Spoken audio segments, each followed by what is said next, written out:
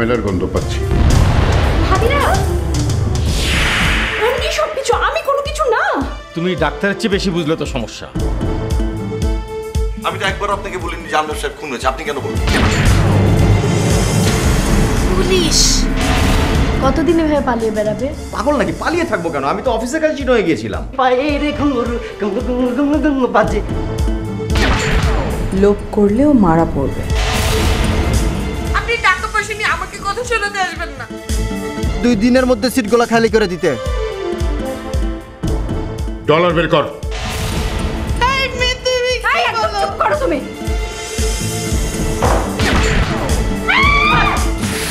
রবিন ভাই নাকি পাগল হয়ে গেছে। ব্যাগটা যাক, এই ডলারগুলোর মালিক সে। তোর এই বাড়িটা খাইলেও আমার প্রেশার কমবো না। ওর পায়ে গুলি না করলে ও মুখ খুলবে না।